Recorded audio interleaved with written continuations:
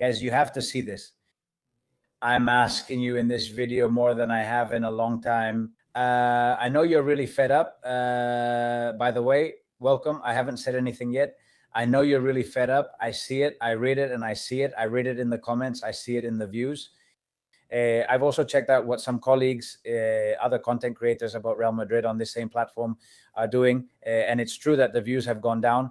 But of course, how could they not go down? I mean, how could they not go down? We're at a rough point in the season. They say there was a team bonding meal in Valdebebas, and now others are asking, what's the point? Well, it's to finish the season decently. But of course, Real Madrid's situation isn't good. There are a few days left until the World Cup arrives. Well, until they go there, each one goes with their national team and others go on vacation. And the only joys, so to speak, that we'll get this month are, well, the new coach, some signings that will start to be announced. It will likely be at the end of May. So we have those usual days here of, let's see, what do we talk about? But honestly, maybe you already know everything I'm going to tell you, but in such a graphic way, and also with the chance to listen to the boss about VAR saying things that are easy to counter, you'll see just how easy it is.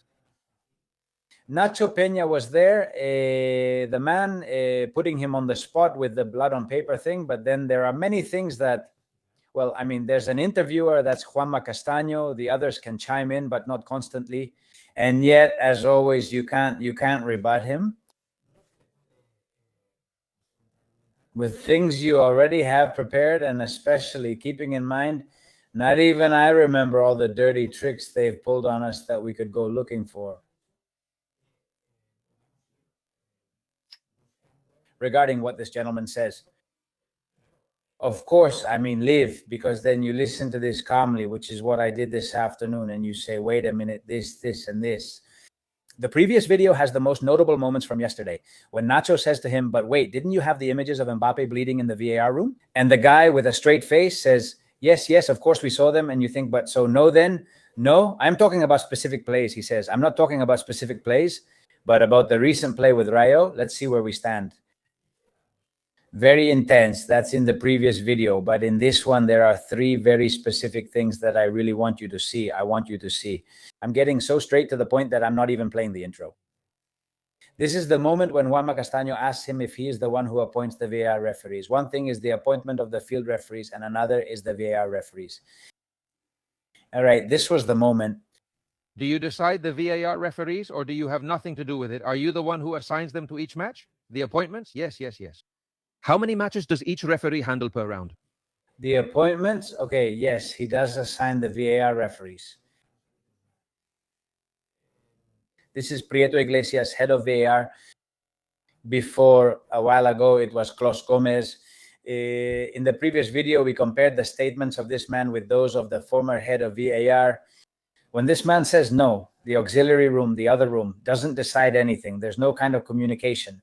And Clos Gomez, a few months ago, a year, maybe 2 years ago, said, no, yes, of course, when there's a situation where we're missing an image or something like that, they get involved. The Burgos Bengoechea already said that they get involved in certain offside lines. Xavier Estrada Fernandez, I mean, right there. Well, this guy gets caught lying. Or maybe this guy isn't lying, just like the other one. I doubt it. Maybe now, like we said in the previous video, that's how it is. Previously, it was the opposite. Unlike Italy, where they've investigated and tapped phones, nothing has been done here. They've just let it go. Anyway, as I said, that's explained in the previous video. Okay, here it says that he appoints the VAR referees. Look at the VAR referees we've had this year. I'm always very grateful for the work of Maquetolar, Ica Baisloa, Juan Befrutos, all these people who, well, have been doing an invaluable job for years, which is all the data collection that what can I say to you? This is a huge amount of work. That's why I always like to mention them, because, well, they really deserve a lot of credit. VAR assignments against Madrid this season. 8 Trujillo Suarez. Who is Trujillo Suarez? Trujillo Suarez has messed things up for us countless times. And the worst one, Trujillo Suarez was at Osasuna last year. I don't know if this year too. He was at the match in El Sadar. I just can't remember anymore. You know, I should really write these things down, because later, since I'm rushing around all day with 3 videos a day and everything, I end up forgetting. But anyway, the one I do remember is the Osasuna one from February 2025 when they robbed us in 3 matches in a row. Osasuna, Espanyol, Corazon, the tackle on Mbappé by the guy who later scored and avoided a red card, then the Atletico de Madrid match. And there at El Sadar was that thing with Camavinga, the penalties. Vinicius won, one where they fouled him at the corner of the box, another handball by a guy who slid, stretched out his arm and touched it with his hand and all that. And Trujillo Suarez, he didn't say anything there. He completely ignored it. And then there have been a lot more. Well, with that background, this guy is the one who has worked the most Real Madrid matches on VAR. You have that and others too. Some really big ones have happened, I insist. And you assign this guy more times than anyone else. And the person responsible for assigning Trujillo Suarez is this man. Remember his face, Prieto Iglesias, former referee. Former referee back in his day, right? Now, I insist, he's the head of VAR. 7, Iglesias Villanueva, another one with quite a resume. But besides that, Trujillo Suarez comes from the 2nd division. Iglesias Villanueva, relegated from the pitch because of VAR. Pulido Santana, 5 times relegated from the pitch. Of course, all of these are the ones who shouldn't be there, the ones who aren't good enough to be field referees. They've done it, and they've done it badly. I insist, each has their own history with Madrid.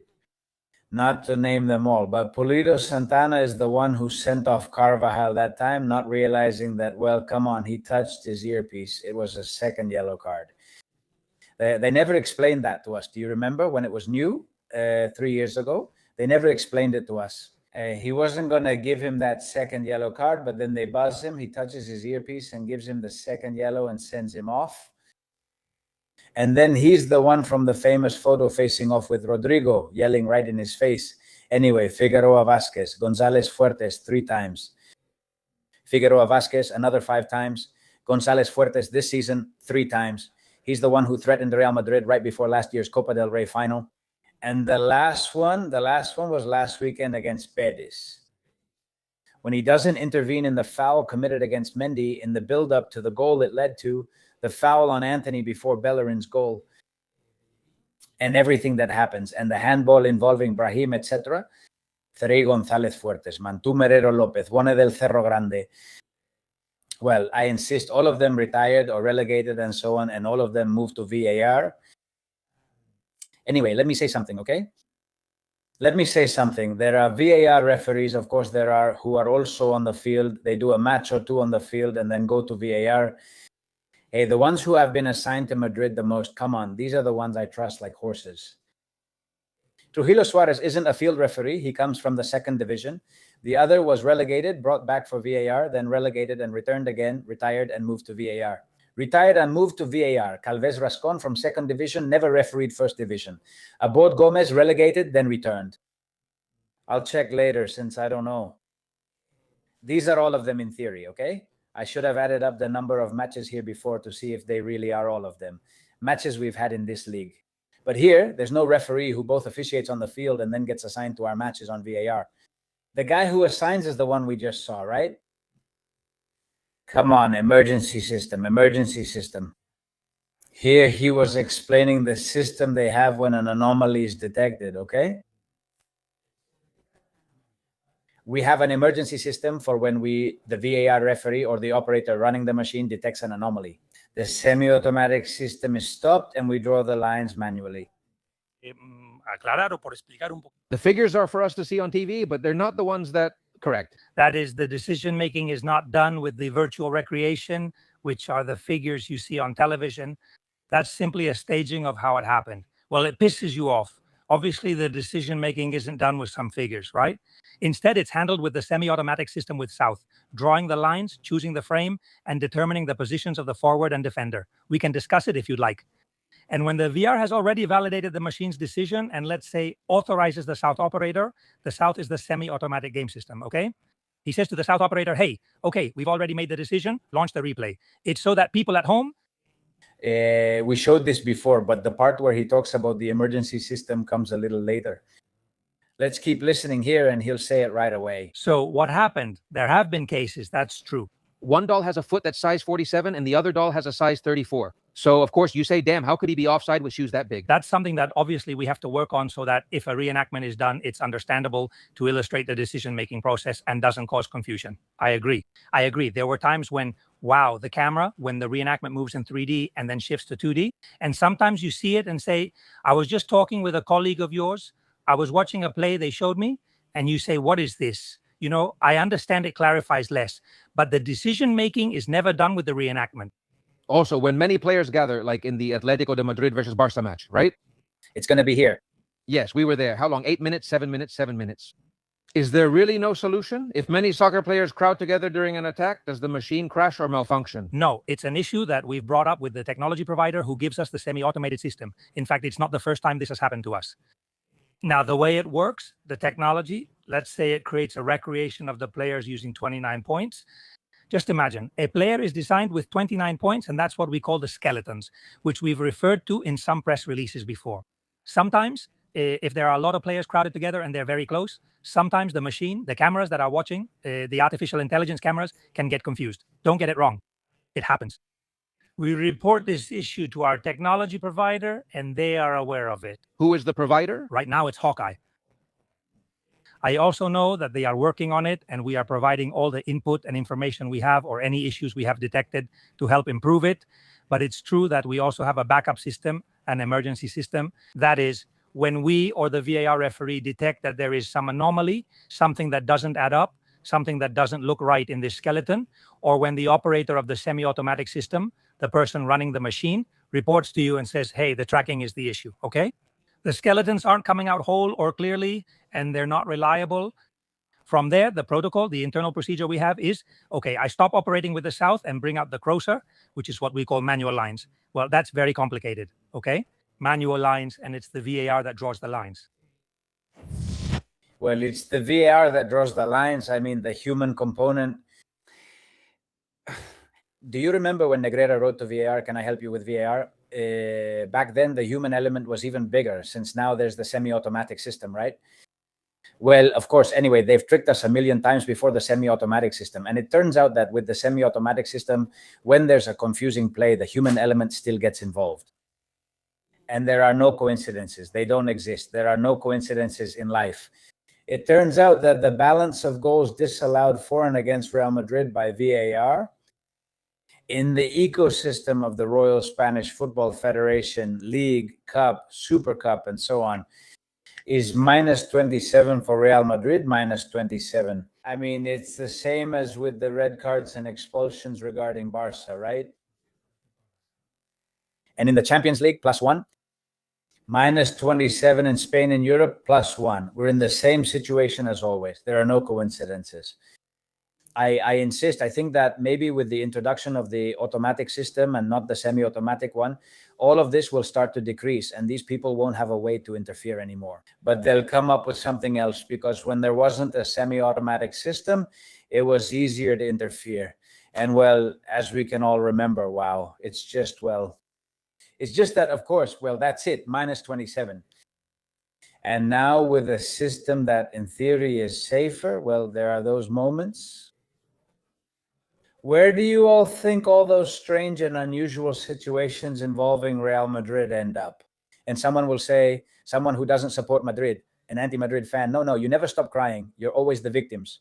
No, excuse me. Look at this, minus 27 and +1, minus 27 and +1. I mean, it's just, let's go with the third and last one. This one is huge, huh? And it was barely mentioned in yesterday's interview. There's a question that Joseba Larrañaga asks that I find very interesting, and it sparks a comment from this gentleman, Prieto Iglesias, which reminds me of a play from this very year. Nothing was investigated about it, and they just brushed it off like nothing happened, just like with so many other things. Remember that goal, Osasuna's second in the match against Madrid, which was a legal goal, but something happened. The referee restarted play and then said, wait, and then he canceled it. But later he allowed the goal, right? And we said Madrid could appeal it, and of course they could. Well, it all starts with this question. They ask the referee if the goal counts, and he discusses the play, as Eduardo says. And here Joseba is referring to another play, not that one, okay? To another play. But the field referee, after reviewing what had been discussed, says, perfect, I'm going to blow the whistle, ta, ta, ta, ta, ta, ta, ta, ta. Does that seem good to you? And the VAR referee says, correct. That caught my attention because the VAR referee, not the on-field official, made the final decision. The on-field referee consults while the one upstairs makes the call. Approval comes from upstairs. So it stood out to me that the VAR referee had the final say. Look, let me explain. When the VAR referee advises the field referee, and the field referee is at the monitor during the review, when the referee is about to close out the play, to make the decision, he has to either verbalize it or agree and say, okay, that seems fine to me, correct? That is, I agree with your considerations, but that one seems fine to me. It's a double check to make sure they're both talking about the same play. Why? There is precedent. It hasn't occurred in this league, but it has in others abroad. He says it hasn't happened in this league, right? Okay. Specifically in the Premier League. Where, by the way, nobody says anything to him there. Because there isn't a double check in the communication. The VAR was talking to the referee about one play, and the field referee thought it was about a different play. So since neither of them verbalized and clarified it, like, hey, I'm going to restart, okay, because it's offside, I don't remember exactly the detail or the nuance. So they both gave the okay, but each one was thinking it was the same play. And they were talking about different plays, and this led to a serious mistake. So from then on, we agreed communication must be double checked. That's the reason. The other day, Inigo said Perez that wasn't very normal either. Well, that's good. I had time. I hadn't looked for it. I had time. Monumental mistake. This was on October 3rd, 2023 with, look, here we have it. Monumental mistake with the VAR in a Liverpool goal that put the Premier League in crisis. Yes. They said it was offside and it wasn't. And remember that there was a huge commotion there, and it was exactly like here. This gentleman explains it well. I mean, he says, no, what happened there was that there was a misunderstanding between the VAR official and the one on the field, the one on the pitch. So they restarted and nothing could be done. Nothing could be done there anymore. They realized their mistake in the Premier League a second later, but since play had already resumed, nothing could be done. That's part of the VAR protocol. That's included in the protocol. VAR protocol says once play resumes, nothing can be done. He says that hasn't happened in Spain. Well, I think it's good that they do that thing where they say, okay, we're talking about this play. I think that's good. We're talking about this play. Okay, so it doesn't happen. But the thing is, this year it has happened. It happened. Could Real Madrid challenge the Osasuna match over the referee's call on the last goal? They could, but chose not to. They didn't want to do it. 1 minute after calling offside, referee Quintero Gonzalez told Madrid to resume play. But then he stopped the match again and blew his whistle. This couldn't be done. This is impossible. Look, I think the ones who noticed it were Alava and Mbappe. Mbappe, who we've been giving a bit of a hard time during this. Vinicius, I think he was telling the referee something else and didn't even notice. But Mbappe, who we give a hard time to, by the way, in these situations, when Julian did the double touch, he was the first one to tell the referee, hey, double touch. With these things, he's always the first one. I mean, honestly, this guy is sharp as a tack. He notices these things. Yeah, if he pressed, if he ran, and if he attacked in the number 9 position, it would be incredible.